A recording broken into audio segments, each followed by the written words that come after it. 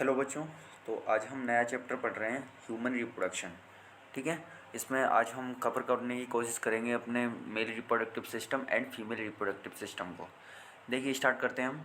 General points हैं पहले, और इसमें अब क्या क्या पढ़ने जा रहे हैं एक बार मैं ब्रीफली बता दूं आपको। तो इसमें देखिए सबसे पहले मेल रिप्रोडक्टिव सिस्टम को कवर करेंगे, इसके बाद हम फीमेल रिप्रोडक्टिव सिस्टम कवर करेंगे। ठीक है। इसके बाद जब हम फिर इसके बाद हम गैमीटोजेनेसिस पढ़ेंगे, गैमीट्स का निर्माण बनना। ठीक है, गैमीट्स का निर्माण देखेंगे हम।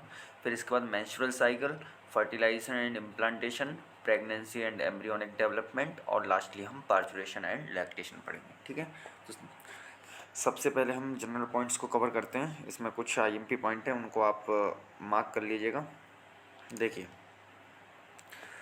सबसे पहला पॉइंट्स आपको अंडरलाइन कर रहे हैं कि ह्यूमंस जो रहते हैं वो सेक्सुअली रिप्रोड्यूस करते हैं, और वो कैसे होते हैं, विविपेरस होते हैं। ठीक है, ध्यान रखिएगा, सेक्सुअली रिप्रोड्यूसिंग एंड विविपेरस, इसको अंडरलाइन कर लीजिएगा। फिर इसके बाद हमें कुछ इवेंट्स देखने को मिलते हैं, रिप्रोडक्टिव इवेंट्स बोलते हैं जिन्हें ह्यूमंस के अंदर। कौन कौन से हैं उनको ध्यान रखिएगा। सबसे पहला है आपका गैमीटोजेनेसिस, अंडरलाइन कर लीजिए, फॉर्मेशन ऑफ गैमीट। ठीक है, यहाँ पर गैमीट्स का फॉर्मेशन होगा जिसको गैमीटोजेनेसिस बोलते हैं। स्पर्म का फॉर्मेशन होता है इन मेल्स एंड ओवम का फॉर्मेशन होता है इन फीमेल्स। ये दोनों मेल गैमीट्स होता है स्पर्म, एंड फीमेल गैमीट्स क्या है, ओवम है। ठीक है। फिर इसके बाद गैमीटोजेनेसिस के बाद अब होगा इंसेमिनेशन। यहाँ पर क्या होगा कि जो स्पर्म बना हुआ है आपका, ठीक है, मेल गैमीट जो है वो फीमेल जेनाइटल ट्रैक्ट में एंटर करेगा, इसी को हम क्या बोलते हैं, इंसेमिनेशन बोलते हैं। ठीक है, तो दूसरा इवेंट्स ये हो गया। तीसरे इवेंट्स में अब फीमेल जेनाइटल ट्रैक्ट के अंदर स्पर्म आ गया है। ठीक है, तो अब मेल एंड फीमेल गैमीट का क्या होगा, फ्यूज़न होगा, तो इसी फ्यूज़न को हम बोलते हैं फर्टिलाइजेशन बोलते हैं। ठीक है, तीसरी स्टेप हो गई। फिर इसके बाद फॉर्मेशन ऑफ जाइगोट हो जाएगा। फर्टिलाइजेशन के बाद दोनों मेल एंड फीमेल गैमीट जब क्या हो जाएंगे, फ्यूज़ हो जाएंगे, तो अब जाइगोट का फॉर्मेशन हो जाएगा। ठीक है। फिर इसके बाद formation and development of blastocyst होगा, और इस ब्लास्टोसिस्ट को अटैचमेंट के लिए यूट्राइन वॉल से जब वो अटैच होगी तो इसी को हम इम्प्लांटेशन बोलते हैं। ठीक है, तो गैमीटोजेनेसिस, इंसेमिनेशन, फर्टिलाइजेशन एंड इम्प्लांटेशन हो गया। ठीक है, कि जो ब्लास्टोसिस्ट थी आपकी, ब्लास्टोसिस्ट जो थी वो डेवलप होने के लिए कहाँ पे जाके चिपक गई, कहाँ पे जाके अटैच हो गई, इम्प्लांट हो गई आपकी यूट्रस के अंदर। ठीक है, फीमेल्स की यूट्रस बॉल के अंदर इम्प्लांट हो गई। ठीक है। फिर इसके बाद अब उसका एम्ब्रियोनिक डेवलपमेंट होगा जिसे हम जेस्टेशन बोलेंगे। ठीक है, जेस्टेशन 9 मंथ पीरियड रहेगा, और इसके बाद lastly delivery of the baby हो जाएगा जिसे हम पार्चुरेशन बोलेंगे। क्लियर है बात। तो इनको आपको ध्यान रखना है। ठीक है, इवेंट्स को आपको पूछ लिया जाएगा कि बताइए करेक्ट सीक्वेंस क्या है, तो ध्यान रखिएगा करेक्ट सीक्वेंस आपका सबसे पहला फॉर्मेशन होगा गैमीटोजेनेसिस। फिर इसके बाद फिर इसके बाद क्या होगा, इंसेमिनेशन होगा, transfer of sperm into female genital tract. इसके बाद फर्टिलाइजेशन हो जाएगा। फर्टिलाइजेशन के बाद आपका इम्प्लांटेशन। ठीक है, ब्लास्टोसिस्ट का अटैचमेंट हो जाएगा।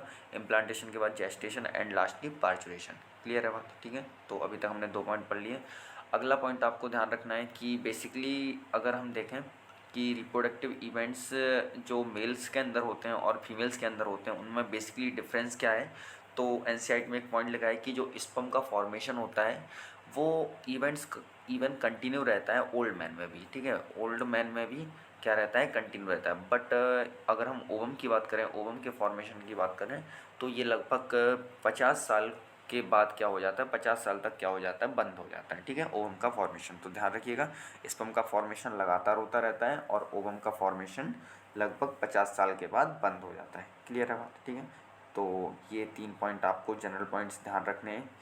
ठीक है, अब हम आते हैं क्लियरली मेल रिप्रोडक्टिव सिस्टम पे। ठीक है, इसके बारे में हम सीखेंगे मेल रिप्रोडक्टिव सिस्टम क्या होता है, कहाँ पे प्रेजेंट होता है। ठीक है, इसके अंदर क्या क्या होता है। तो देखिए मेल रिप्रोडक्टिव सिस्टम सबसे पहले लोकेशन देखेंगे हम इसकी, तो पेल्विस रीजन में होता है। ठीक है, पेल्विस रीजन में लोकेटेड होता है।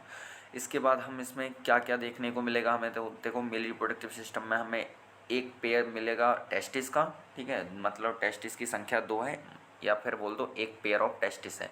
इसके अलावा कुछ एसेसरी डक्ट्स मिलेंगी, ग्लैंड्स मिलेंगी, एंड एक्सटर्नल जेनिटिलिया मिलेगा। ठीक है, तो ये पॉइंट पूछ लिया जाता है कि मेल रिप्रोडक्टिव सिस्टम में क्या क्या होता है। तो ध्यान रखिएगा, एक पेयर टेस्टिस का, accessory glands, accessory duct and external genitalia. Clear है बात। ठीक है, आगे बढ़ते हैं। तो आगे देखिए, अब जो टेस्टिस रहते हैं, अब टेस्टिस कहाँ पे प्रेजेंट होते हैं, ठीक है, तो टेस्टिस जो प्रेजेंट होते हैं वो आउटसाइड द एब्डोमिनल कैविटी और एक पाउच के अंदर, ठीक है। एब्डोमिनल कैविटी के बाहर एक पाउच सा रहता है जिसे हम स्क्रोटम बोलते हैं, उसके अंदर प्रेजेंट होते हैं टेस्टिस, ठीक है। ये एब्डोमिनल की ही कैविटी है जो बाहर आ गई, आउट पाउचिंग होती है। ये ऐसा इसलिए हुआ है क्योंकि टेस्टिस को जो बॉडी टेम्परेचर है ना उससे थोड़ा सा कम टेम्परेचर चाहिए रहता है स्पर्म के फॉर्मेशन के लिए, ठीक है। टेस्टिस के अंदर हमारे मेल गैमीट्स का फॉर्मेशन होगा और उसके फॉर्मेशन के लिए थोड़ा लो टेम्परेचर चाहिए, तो इसलिए ये आउटर दी एब्डोमिनल कैविटी प्रेजेंट होती है जिसे हम एक पाउच के रूप में पढ़ते हैं, जिसे हम बोलते हैं स्क्रोटम। तो देखिए स्क्रोटम का बेसिकली फंक्शन पूछा जाए तो ये क्या करता है, ये लो टेम्परेचर को मेंटेन करके रखता है फॉर स्पर्मेटोजेनेसिस, ठीक है। और ये लो टेम्परेचर कितना, 2 से 2.5 degree Celsius lower than normal internal body temperature. हमारी बॉडी का टेम्परेचर 37 to 37.5 रहता है और ये 2 से 2.5 डिग्री सेल्सियस कम रखता है टेम्परेचर, ठीक है, हमारी बॉडी किससे, 2 से 2.5 डिग्री सेल्सियस कम टेम्परेचर, जो कि नेसेसरी होता है स्पर्मेटोजेनेसिस के लिए। क्लियर हो गई होगी बात, ठीक है। फिर इसके बाद हम टेस्टिस के साइज शेप की बात करें तो देखिए शेप ध्यान रखिएगा, ओवल शेप की होती है टेस्टिस, ठीक है। इसके अलावा लेंथ की बात करें तो 4 to 5 सेंटीमीटर एंड जो विड्थ है वो 2 to 3 सेंटीमीटर, ठीक है। लंबाई 4 to 5, चौड़ाई 2 to 3, और इसका शेप कैसा है, ओवल इन शेप होता है, स्फेरिकल साइज, स्फेरिकल शेप का बोल सकते हो आप, ठीक है। फिर इसके बाद हर एक टेस्टिस जो रहती है वो कवर रहती है एक डेंस कवरिंग से, ध्यान रखिएगा, उसको हम ट्यूनिका वैजिनलिस बोलते हैं, ठीक है। आपको एनसीईआरटी में नहीं लिखा है, ध्यान रखना हो तो रख लीजिएगा, ट्यूनिका वैजिनलिस एक डेंस कवरिंग होती है, ठीक है। फिर इसके बाद देखिए अगला पॉइंट क्या लिखा है कि each testis has about 250 compartment होते हैं, ठीक है। ध्यान रखिएगा हर एक टेस्टिस के अंदर अगर हम जाएं, इसकी एनाटॉमी देखें तो लगभग 250 क्या होते हैं, कंपार्टमेंट होते हैं। कंपार्टमेंट मतलब कमरे होते हैं एक प्रकार से, ये मान लो हर एक टेस्टिस के अंदर, और इन कमरों को क्या बोलते हैं, हर एक कमरे को हम टेस्टिकुलर लोब्यूल बोलते हैं, ठीक है। तो हर एक टेस्टिस के अंदर 250 कंपार्टमेंट हैं। तो पूछे कि बताइए ह्यूमंस के अंदर कितने टेस्टिकुलर लोब्यूल होते हैं, तो हमारे अंदर कितना, ह्यूमंस के अंदर कितना, जो मेल है उसके अंदर 2 क्या होती हैं, टेस्टिस होती हैं। तो एक टेस्टिस में अगर 250 कंपार्टमेंट या टेस्टिकुलर लोब्यूल हैं तो 2 टेस्टिस में कितना हो जाएंगे, 500 टेस्टिकुलर लोब्यूल हो जाएंगे, ठीक है। फिर इसके बाद देखिए अगला हम आते हैं, हर एक टेस्टिकुलर लोब्यूल के अंदर ध्यान रखिएगा 2 से 3 क्या होती हैं, सेमनीफेरस ट्यूब्यूल पाई जाती हैं, ठीक है। ध्यान रखिएगा सेमनीफेरस ट्यूब्यूल क्या है, हर एक टेस्टिस के अंदर 250 कंपार्टमेंट, जिसको हमने टेस्टिकुलर लोब्यूल बोला, हर एक टेस्टिकुलर लोब्यूल के अंदर 1 to 3 क्या होती हैं, हाईली कॉइलेड, इसमें कॉइलिंग ज़्यादा मिलती है, सेमनीफेरस ट्यूब्यूल होती हैं, जहाँ पर स्पर्म क्या होते हैं, प्रोड्यूस होते हैं, ठीक है। अब देखिए अगला लिखा है each seminiferous tubule is lined inside by 2 type of cell. हर एक जो सेमनीफेरस ट्यूब्यूल है वो लाइन होती है 2 प्रकार की सेल से, एक होती है मेल जर्म सेल जिसको हम स्पर्मेटोगोनिया बोलते हैं, और एक होती है आपकी सर्टोली सेल, ठीक है। Male germ cell, spermatogonia and Sertoli cell.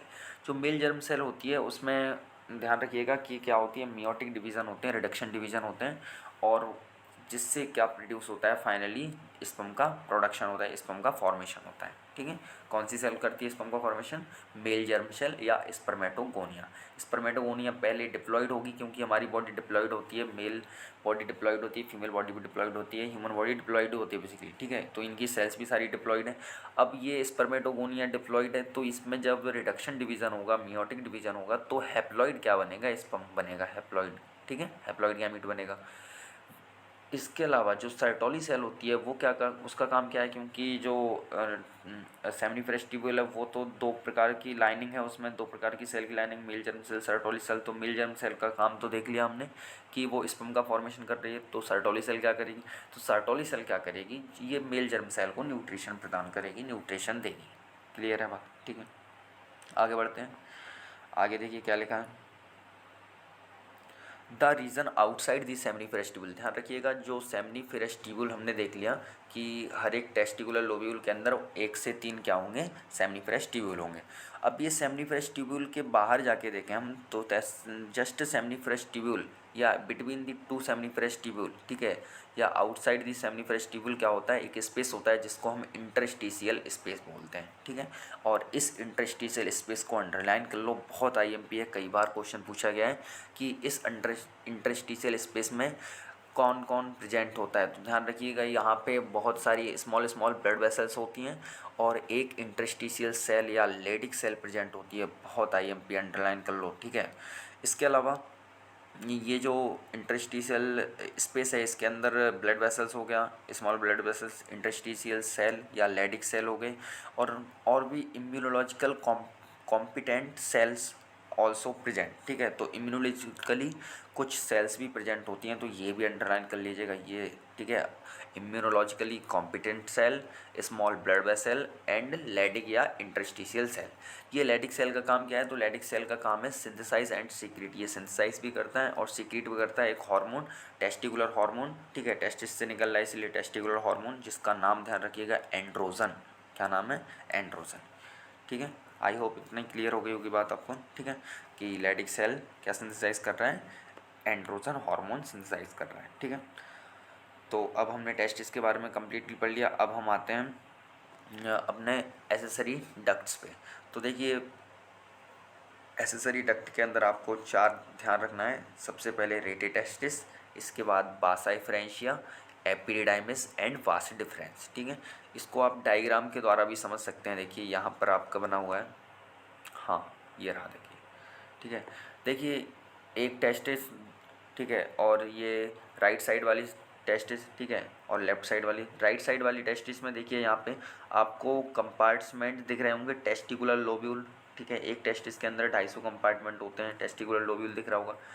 बहुत सारे टेस्टिकुलर लोब्यूल से देखिए एक कॉमन कनेक्शन है जिसको हमने रेटिटेस्टिस बोला। यहाँ से हमें पता है टेस्टिकुलर लोब्यूल के अंदर इन्होंने दिखाया नहीं है, सेमनीफेरस ट्यूब्यूल होता है, वहाँ पे स्पर्म का प्रोडक्शन होगा और वो सारा का सारा स्पर्म बन के कहाँ जाएगा, रेटिटेस्टिस के अंदर जमा हो जाएगा। और रेटिटेस्टिस से किस में जाएगा, देखिए बासा एफरेंशिया में जाएगा, बासा एफरेंशिया से ये किस में जाएगा, एपिडिडाइमिस में जाएगा, ठीक है। एपिडिडाइमिस में ये स्पर्म स्टोर वगैरह होगा और एपिडिडाइमिस के बाद वो चला जाएगा वास डिफरेंस, ठीक है, वास डिफरेंस के थ्रू चला जाएगा, ठीक है। तो देखिए क्या है सीक्वेंस, क्या है, रेटिटेस्टिस, बास efferentia, epididymis and vas deferens, ठीक है। ये सीक्वेंस भूलना मत, ठीक है। तो ये बहुत आईएमपी सीक्वेंस है। तो देखिए अगला पॉइंट हम देखते हैं। तो the seminiferous tubule of the testis open into बास एफरेंशिया थ्रू रेटिटेस्टिस। हमें पता है सेमनीफेरस ट्यूब्यूल जो रहती है वो, ठीक है, seminiferous tubule of the testis open होगी बासा एफरेंशिया में, किसके थ्रू, रेटिटेस्टिस। तो पहले हो गया हमारा रेटिटेस्टिस हो गया, फिर इसके बाद बासा एफरेंशिया, और बासा efferentia leave the testis and open into epididymis. और बासा एफरेंशिया कहाँ पे ओपन होगी, एपिडिडाइमिस में ओपन होगी, ठीक है। और एपिडिडाइमिस की लोकेशन बहुत आईएमपी अंडरलाइन कर लीजिएगा, ठीक है, कि posterior surface of each testis, हर एक टेस्टिस की पोस्टीरियर सरफेस पर लोकेटेड होता है एपिडिडाइमिस। फिर इसके बाद लिखा है एपिडिडाइमिस लीड्स टू बास डिफरेंस, ठीक है। एपिडिडाइमिस किस में जाएगा, बास डिफरेंस में मिलेगी। That ascend to the abdomen and loops over the urinary bladder. आपको समझ आ रहा होगा कि यहाँ पर जो बास डिफरेंस है, वासा डिफरेंस जो है वो लूप बना रहा है यूरिनरी ब्लैडर के ऊपर, ठीक है। तो यही पॉइंट लिखा है आपका, ध्यान रखिएगा। तो वही पॉइंट है आपका कि ये loop over the urinary bladder. इसके अलावा ध्यान रखिएगा कि it receive A duct from seminal vesicle, ठीक है। ये क्या करता है, रिसीव करता है डक्ट, किसकी डक्ट, सेमाइनल वेसाइकल जो ग्लैंड्स होती है, ठीक है। किसके अंदर आएगी ये सेमाइनल वेसाइकल की जो डक्ट है, ठीक है। तो वही लिखा है आपका, it receive A duct from seminal vesicle and open into urethra S ejaculatory duct. ध्यान रखिएगा इजैकुलेटरी डक्ट में किस का सिक्रीशन आएगा, तो सेमाइनल वेसाइकल का आएगा, और ये जो स्पर्म आ रहा है वो भी रहेगा, ठीक है। क्लियर है बात, ठीक है। तो इजैकुलेटरी डक्ट बन रही है आपकी। इसके बाद these duct store and transport the sperm from the testis to the outside through urethra. ध्यान रखिएगा कि ये जो डक्ट है, इजैकुलेटरी डक्ट जो है वो क्या करेगा, स्टोर करेगी स्पर्म को और ट्रांसपोर्ट करेगी स्पर्म को, ठीक है, from testis to outside, testis से बाहर की तरफ थ्रू यूरेथ्रा, यूरेथ्रा के थ्रू क्या करेगी, ये ट्रांसपोर्ट करने का काम करेगी। तो ये स्टोर भी कर रही है और ट्रांसपोर्ट करने का काम भी कर रही है इजैकुलेटरी डक्ट। क्लियर है बात, ठीक है। फिर इसके बाद लिखा है कि urethra originates from the urinary bladder and extend through the penis, ठीक है, कि यूरेथ्रा ऑरिजिनेट हो रहा है यूरिनरी ब्लैडर से और extend through the penis to external opening, penis से लेकर यूरेथ्रल मिएटस तक इसका क्या है, एक्सटेंशन है, ठीक है। क्लियर है बात। तो देखिए अगर हम स्पर्म की डायरेक्शन देखें तो सबसे पहले वो कहाँ पे बना, आपके टेस्टिकुलर लोब्यूल के अंदर, सेमनीफ्रेश ट्यूब्यूल के अंदर बना, ठीक है। सेमनीफ्रेश ट्यूब्यूल से गया वो कहाँ पे, रेटी टेस्टिस में, रेटी टेस्टिस से गया बासा फ्रेंशिया, बासा फ्रेंशिया से जो पोस्टीरियर साइड ऑफ टेस्टिस था एपिडाइमस, वहाँ पे गया, एपिडाइमस से वास डिफरेंस में गया, वास डिफरेंस के अंदर ही एक डक्ट खुली सेमाइनल वेसाइकिल की, और अब ये दोनों के मिलान से, ठीक है, दोनों के मिलान से बास डिफरेंस और ये डक्ट ऑफ सेमाइनल वेसाइकल, इन दोनों के मिलने से क्या बनी, इजैकुलेटरी डक्ट बनी, ठीक है। ये इजैकुलेटरी डक्ट के अंदर स्पर्म स्टोर हुआ और ट्रांसपोर्ट करने का काम करेगा, ठीक है। तो अब ये इजैकुलेटरी डक्ट, फिर इसके बाद ये यूरेथ्रा ऑरिजिनेट हुआ, ठीक है, ऑरिजिनेट कहाँ से होता है, यूरिनरी ब्लैडर से, एंड एक्सटेंड होता है penis to external opening of urethral meatus, ठीक है। अब आगे देखते हैं हम, देखिए तो ये सीक्वेंस ध्यान रखिएगा, ठीक है। तो यहाँ पर अभी डायग्राम से पहले ये ध्यान लो, ठीक है। तो देखिए पेनिस जो होता है वो मेल एक्सटर्नल जेनिटिलिया होता है, ध्यान रखिएगा, ठीक है, अंडरलाइन कर लीजिएगा। It made up of special tissue that helps in erection of the penis to facilitate insemination. तो इंसेमिनेशन के लिए इरेक्शन ऑफ द पेनिस, ठीक है, इसके लिए क्या होता है कि स्पेशल टिश्यू प्रेजेंट होते हैं, स्पेशल टिश्यू प्रेजेंट होते हैं जो कि हेल्प करेंगे इरेक्शन ऑफ द पेनिस में, ठीक है, जिसके कारण से क्या होगा, इंसेमिनेशन होगा। बताया था ट्रांसपोर्ट ऑफ द स्पर्म, ठीक है, इनटू फीमेल जेनाइटल ट्रैक्ट, उसी को हमने क्या बोला था, इंसेमिनेशन। तो उसके लिए इरेक्शन होना जरूरी है और इरेक्शन के लिए स्पेशल टिश्यू प्रेजेंट होना जरूरी है, ठीक है। फिर इसके बाद लिखा है the enlarge end of penis called the glans penis, ठीक है, is covered by loose fold of skin, foreskin बोलते हैं, ठीक है। तो जो पेनिस का इनलार्ज एंड जो रहता है उसको हम ग्लांस पेनिस बोलते हैं, और ग्लांस पेनिस कवर होता है फोर स्किन से, ठीक है। एक लूज फोल्ड ऑफ स्किन है जिसको हम क्या बोलते हैं, फोर स्किन बोलते हैं या प्रीप्यूस भी बोलते हैं, ठीक है। तो इसको अंडरलाइन कर लीजिएगा। ये 3 पॉइंट है पेनिस के बारे में, कि पेनिस एक्सटर्नल जेनिटिलिया होता है, मेल एक्सटर्नल जेनिटिलिया है, ठीक है। ये मेड है किससे बना हुआ है, तो स्पेशल टिश्यू से बना हुआ है। ये टिश्यू किस में हेल्प करते हैं, इरेक्शन ऑफ द पेनिस में हेल्प करते हैं, ठीक है, जिसके कारण से इंसेमिनेशन होता है। और इनलार्ज एंड जो है पेनिस का उसको हम ग्लांस पेनिस बोलते हैं, और इसकी जो फोल्डिंग है, लूज फोल्ड जो है, इसके कवर जो रहे हैं उसको हम फोर स्किन बोलते हैं। क्लियर हो गई होगी बात, ठीक है। अब हम लास्टली आते हैं मेल एसेसरी ग्लैंड्स पे। तो मेल एसेसरी ग्लैंड्स आपको 3 ध्यान रखनी है। एक तो हम पढ़ चुके हैं सेमाइनल वेसाइकल, ठीक है, तो पेयर में होती है, ध्यान रखिएगा। सेमाइनल वेसाइकल 2 होती हैं या फिर एक पेयर बोल सकते हो, ठीक है। एक सिंगल प्रोस्टेट होती है, ध्यान रखिएगा, एक सिंगल क्या होती है, प्रोस्टेट, और लास्ट में एक पेयर बल्बो यूरेथ्रल ग्लैंड्स होती है। तो टोटल 5 ग्लैंड्स हैं आपकी, 2 सेमाइनल वेसाइकल, एक प्रोस्टेट और 2 बल्बो यूरेथ्रल ग्लैंड्स, ठीक है। इनके secretion of this glands constitute the seminal plasma. बहुत IMP है, अंडरलाइन कर लीजिएगा कि इन तीनों के सीक्रेशन से जो बनता है उसको हम क्या बोलते हैं, सेमाइनल प्लाज्मा बोलते हैं। और इस सेमाइनल प्लाज्मा के अंदर देखें तो इसके अंदर फ्रक्टोज, कैल्शियम और कुछ एंजाइम्स पाए जाते हैं, ठीक है। तो यहाँ पर फ्रक्टोज मिलते हैं बहुत सारा, ठीक है, rich in fructose, calcium and certain enzyme, कुछ एंजाइम्स, ठीक है। The secretion of bulbourethral glands also helps in lubrication of the penis. ध्यान रखिएगा, लुब्रिकेशन ऑफ द पेनिस के लिए कौन सी ग्लैंड्स का सिक्रेशन जिम्मेदार है, तो बल्बोयूरेथ्रल ग्लैंड्स का सिक्रेशन जिम्मेदार है। I hope male reproductive system आपको क्लियर होगा, ठीक है। तो देखिए इसका डायग्राम अगर हम देखें तो शुरू से थोड़ा सा देख लीजिए।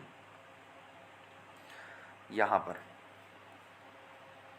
पर देखिए आपको समझ आ रहा होगा कि टेस्टिस से जाइए सबसे स्क्रॉटम, स्क्रॉटम के अंदर टेस्टिस दिख रही होगी, ठीक है। ये पोस्टीरियर साइड देखिए जो आपका कर्व सा दिख रहा है वो एपिडाइमिस है। तो एपिडाइमिस से एक डक्ट जा रही है ऊपर की ओर जिसको हमने बास डिफरेंस बोला, ठीक है, जिसके थ्रू स्पर्म का फ्लो होगा। तो रेटेटेस्टिस, रेटेटेस्टिस के बाद क्या बताया था मैंने, बासा डिफरेंशिया, वास डिफरेंशिया के बाद एपिडाइमिस, एपिडाइमिस के बाद वास डिफरेंस। ये वास डिफरेंस आपका लूप बना रहा है यूरिनरी ब्लैडर के ऊपर और फाइनली एक डक्ट के थ्रू ज्वाइन हो रहा है और ये इजैकुलेटरी डक्ट बना रहा है। देखिए एक डक्ट सेमाइनल वेसाइकल की डक्ट है और ये जो वास डिफरेंस है इन दोनों के मिलन से बन रहा है आपका इजैकुलेटरी डक्ट, ठीक है, इजैकुलेटरी डक्ट। क्लियर है बात। फिर इसके बाद इजैकुलेटरी डक्ट और यूरेथ्रा क्या क्या हो रहा है, यहाँ से ऑरिजिनेट हो रहा है, ठीक है, यूरेथ्रा का ऑरिजिनेट हो रहा है कहाँ से, यूरिनरी ब्लैडर से। और वहीं पर आपको देखो एक सिंगल ग्लैंड प्रोस्टेट ग्लैंड दिख रही होगी और दो आपकी फिर उसी के जस्ट नीचे बल्बो यूरेथ्रल ग्लैंड्स दिख रहे होंगे, ठीक है। और फाइनली यूरेथ्रा, ठीक है, यूरेथ्रा पेनिस का पार्ट है और ये ग्लांस, ग्लांस पेनिस बता दिया मैंने, पेनिस के जो इनलार्ज पार्ट है उसको ग्लांस पेनिस बोलते हैं और इसके ऊपर जो फोल्डिंग है, कवरिंग है, उसको हमने फोरेस्किन बोला। क्लियर है बात, ठीक है, इतनी बात क्लियर है। ये डायग्राम क्लियर है। तो ये आपको डायग्राम पूछ लिया जाता है कभी कभी, तो इसको पढ़ के जाइएगा, ठीक है। ये मैंने आपको फिर से वही बात है, ठीक है। देखिए फिर से टेस्टिकुलर लोब्यूल दिख रहे हैं, उससे जो आपका रेटेड टेस्टिस हो गया, फिर उससे जाएगा वासे फ्रेंशिया में, फिर epididymis, washer difference, wash difference आपका यूरिनरी ब्लैडर पे लूप बना रहा है, ठीक है। और वो सेमाइनल वेसाइकल, देखिए सेमाइनल वेसाइकल दो दिख रही हैं आपकी, एक पेयर लेफ्ट में, सॉरी एक लेफ्ट में और एक राइट में, इन दोनों से सीक्रेशन होगा, ठीक है। इन दोनों का सीक्रेशन से बनेगा आपकी इजैकुलेटरी डक्ट, इजैकुलेटरी डक्ट वहाँ पे प्रोस्टेट ग्लैंड एक ही है, वो देख भले ही दो रही हैं लेकिन एक ही है, ठीक है, एक ही है। और बल्बो यूरेथ्रा ग्लैंड कितनी होती हैं, दो होती हैं, यूरेथ्रा में आ जाता है फाइनली सीक्रेशन। ध्यान रखिएगा सेमाइनल प्लाज्मा बोलते हैं तीनों के सीक्रेशन को, हमारी तीनों जो डक्ट्स हैं उनके सीक्रेशन को हम क्या बोलते हैं, सेमाइनल प्लाज्मा, ठीक है। आई होप इतनी बात क्लियर होगी, ठीक है। तो आज के लिए इतना आपको काफ़ी है, ठीक है। मेल रिप्रोडक्टिव सिस्टम अच्छे से पढ़ लीजिएगा आप। नेक्स्ट क्लास में हम फीमेल रिप्रोडक्टिव सिस्टम को कवर करेंगे, ठीक है। Thank you so much.